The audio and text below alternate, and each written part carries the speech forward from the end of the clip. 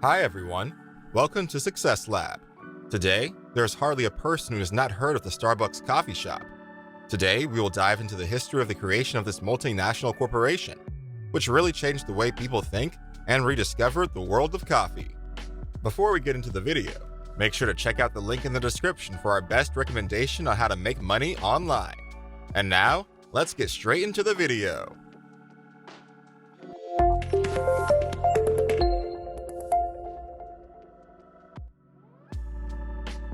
The history of the Starbucks coffee brand began in Seattle in 1971 when three friends, English teacher Jerry Baldwin, history teacher Zev Siegel, and writer Gordon Boker, opened the first Starbucks store near Pike Place. Having known each other since the days of university in San Francisco, the founders began selling freshly roasted coffee beans, as well as accessories for brewing and roasting coffee.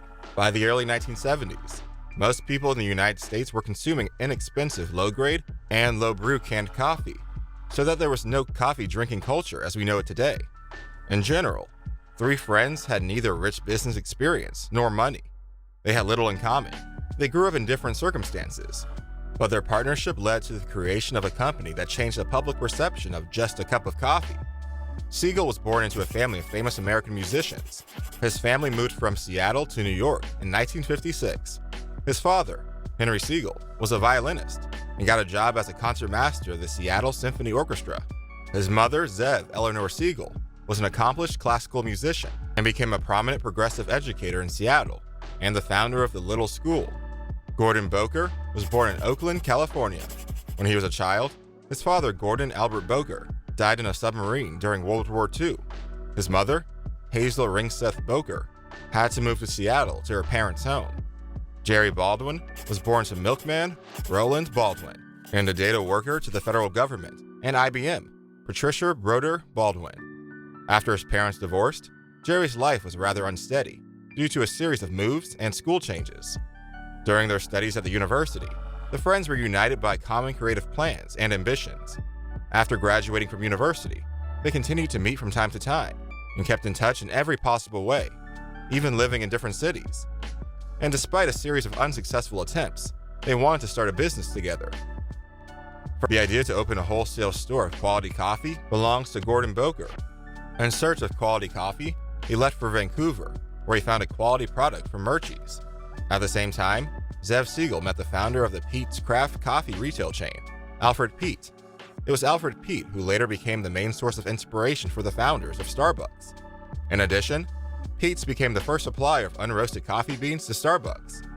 And finding the perfect spot on the corner of the old Harbor Heights Hotel, they each put in $1,500 and got a $5,000 bank loan. Interesting fact, the name of the company comes from the name of the character in the novel by Moby Dick, and the siren logo itself was developed by designer Terry Heckler, who was then working on the creation of his own advertising company. It was Boker and Heckler who came to the conclusion that the combination of letters, ST, is remembered better than others. Though the history of the company's logo has been transformed 3 times, but its plot has always remained the same. Only drawing of the two-tailed mermaid has varied. It's worth noting that the original Starbucks logo can still be seen on the first store in Seattle.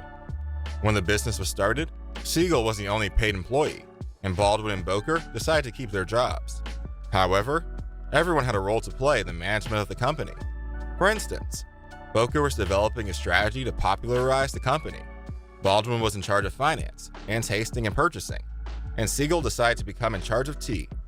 Starbucks in its early years did not seem like a modern coffee shop, with drinks and food. The three partners only sold coffee beans, tea, spices, and a set of coffee makers and kettles. To attract customers, the coffee tasting was offered. It was then this move that Boker decided to send a package of coffee to the influential Seattle Times columnist, who later wrote an enthusiastic review of Starbucks after tasting. And in the first 9 months, the company has already raised $46,832, despite the fact that after spending on expenses, friends did not have much money left. The next year, they opened their second store in the University Village shopping center.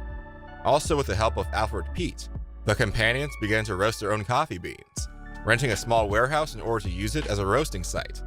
Another innovation was the hiring of the first 2 employees, Mach and Jim Reynolds. With the expansion of the business and success in the marketplace, the founders got the idea to open a third store in Edmonds, north of Seattle. Nevertheless, in 1975, Starbucks faced its first challenges, like crop failure of Brazilian suppliers. That's why the company was forced to raise selling prices, and sales began to disappear, as well as free samples of brewed coffee. Moreover, the initiative regarding the expansion of the product's range failed. The plan of opening the third shop was also destroyed due to the administration's decision to demolish the building. In order to stay afloat, the company was forced to use a $95,000 line of credit at Rainier Bank. In 1977, as the price of coffee beans began to fall, Starbucks was finally able to bring down market prices. The following year, the company has already modernized and expanded the roaster.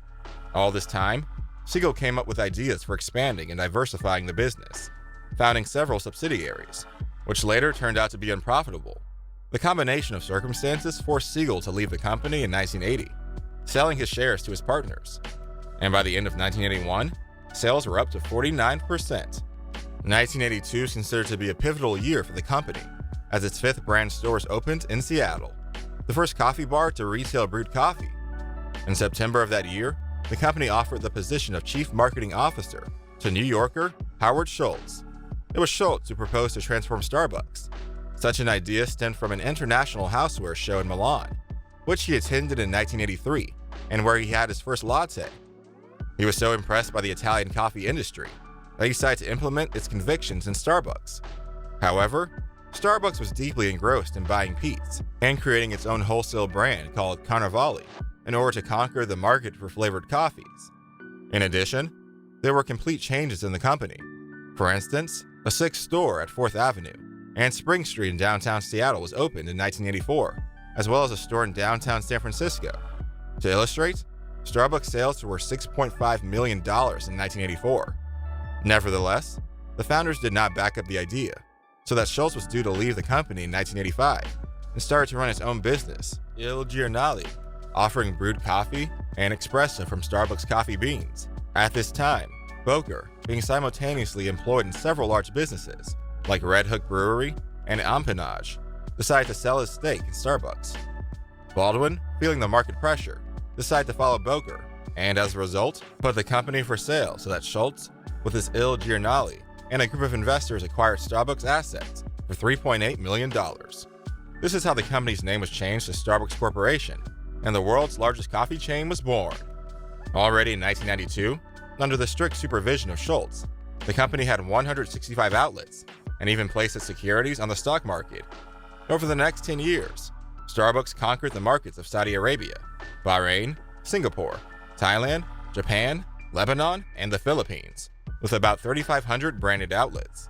In addition, the product line was expanded to release its own merchandise. The Economist magazine even introduces the Starbucks Index as an indicator of the economic situation in the United States. Despite the fact that Howard Schultz was in charge of the general management of the company, there were two other important people at the helm, like Howard Baer as the president of Starbucks International and Orrin Smith as the chief financial officer. Fun fact, those three were labeled as H2O by the first letters of their name, Howard, and Orrin. Schultz earned a reputation as a progressive corporate leader by transforming Starbucks into the ultimate modern espresso bar. At the end of 2016, he left the post of CEO, once commenting on his decision as enough is never enough. Obviously, Starbucks is too big to be owned by one company. That's why today, the parent company owns only 30% of stores. The other operate under a franchise. However, they should follow a certain criteria: the size of the room, the location, the interior, the menu, and even the music playing in the hall. Everything is under the control of high management. The history of Starbucks shows how small local coffee roasters simply sold coffee beans became a global corporation with stores and offices in more than 9,000 cities in 34 countries, serving about 20 million customers a week. Thanks for watching. Subscribe and turn on notifications so you don't miss out on more videos just like this. See you in the next video.